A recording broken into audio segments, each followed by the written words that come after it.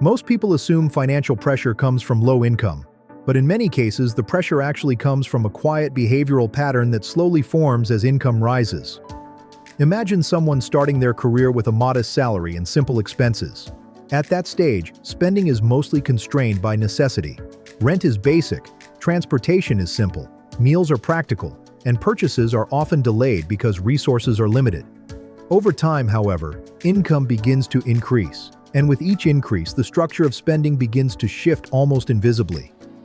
The change rarely happens through one large decision. Instead, it occurs through a series of small adjustments that feel reasonable at the time. A slightly better apartment because the commute will be easier. A newer phone because the contract renewal makes the upgrade seem inexpensive. A streaming service because everyone else uses it. A car payment because financing spreads the cost across many months. Each of these decisions individually appears harmless, but together they begin to reshape the entire financial structure of a person's life. What makes this pattern particularly powerful is that it rarely feels like overspending. In fact, many people experiencing this shift believe they are simply improving their quality of life in proportion to their progress. After working hard for several years, upgrading certain aspects of daily life feels justified. The psychological reward system reinforces these upgrades because they create visible signals of progress. A better apartment signals stability. A newer car signals advancement. Lifestyle improvements become markers of personal achievement. Yet behind this psychological layer, the mathematics of income allocation begins to change. When someone first begins earning, a large portion of their income is flexible because many categories of spending are optional or minimal. As lifestyle upgrades accumulate, those flexible portions of income slowly transform into fixed obligations. Rent becomes higher and less adjustable. Car payments become monthly commitments. Subscription services renew automatically. Insurance costs increase as assets grow. Over time, a subtle but powerful shift occurs. Income may rise, but the structure of spending rises alongside it. What once felt like financial breathing room gradually tightens, not because earnings stopped growing, but because obligations expanded at nearly the same pace. The person may earn significantly more than they did several years earlier, yet the margin between income and expenses remains surprisingly narrow. Behavioral economists often describe this pattern as lifestyle inflation, but the deeper mechanism is more structural than psychological. As fixed expenses increase, financial flexibility decreases. Flexibility is one of the most important variables in wealth accumulation because it determines how much income can be redirected toward assets rather than obligations.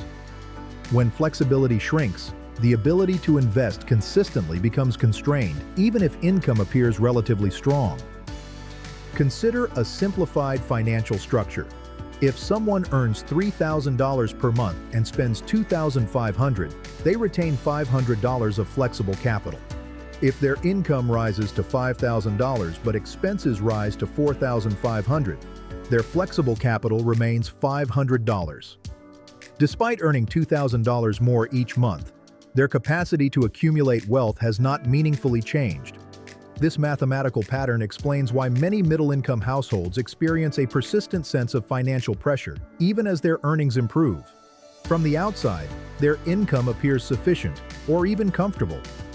Yet internally, the system of obligations has expanded to match the new level of earnings, leaving little room for long-term capital formation. The middle-class spending trap emerges from this alignment between income growth and expense growth. Instead of income increases creating surplus capital, they often trigger a parallel expansion of lifestyle costs. Housing upgrades tend to absorb a large portion of new earnings because housing is both a functional need and a powerful status signal. Transportation upgrades follow closely behind, especially in societies where mobility is tied to independence and professional identity. What makes the trap particularly difficult to recognize is that none of these decisions appear irrational in isolation. Moving closer to work reduces commute time. Purchasing a reliable vehicle improves daily convenience. Subscribing to useful services saves time or increases comfort. Each individual decision has logical justification.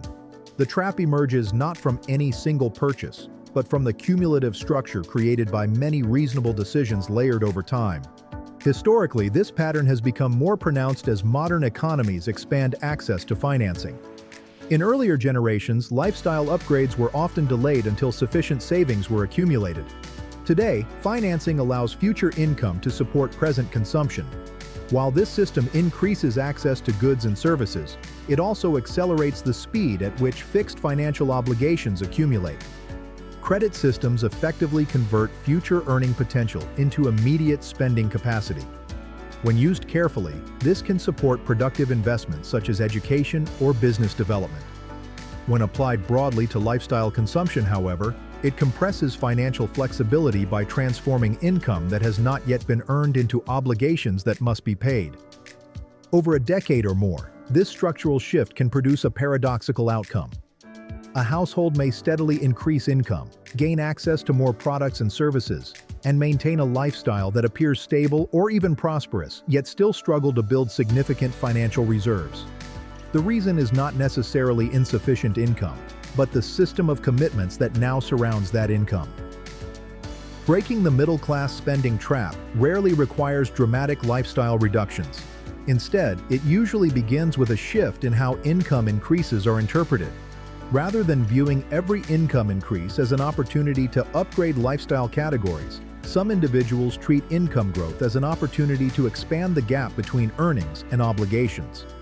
Even small differences in how income increases are allocated can compound over time.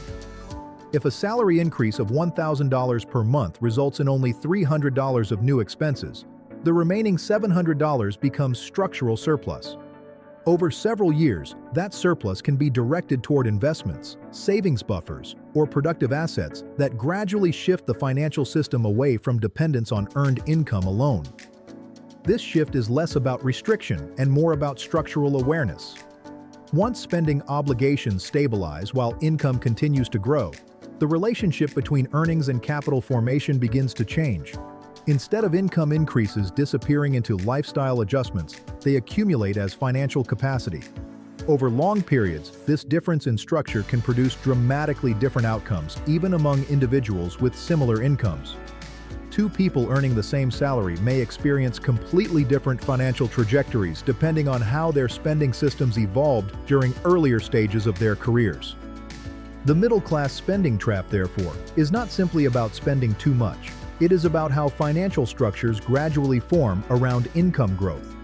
When obligations expand in parallel with earnings, financial mobility slows. When obligations remain stable while earnings grow, surplus capital begins to emerge. Understanding this pattern does not guarantee financial success, and it certainly does not promise rapid wealth accumulation. What it offers instead is a clearer view of the mechanics that shape long-term financial outcomes.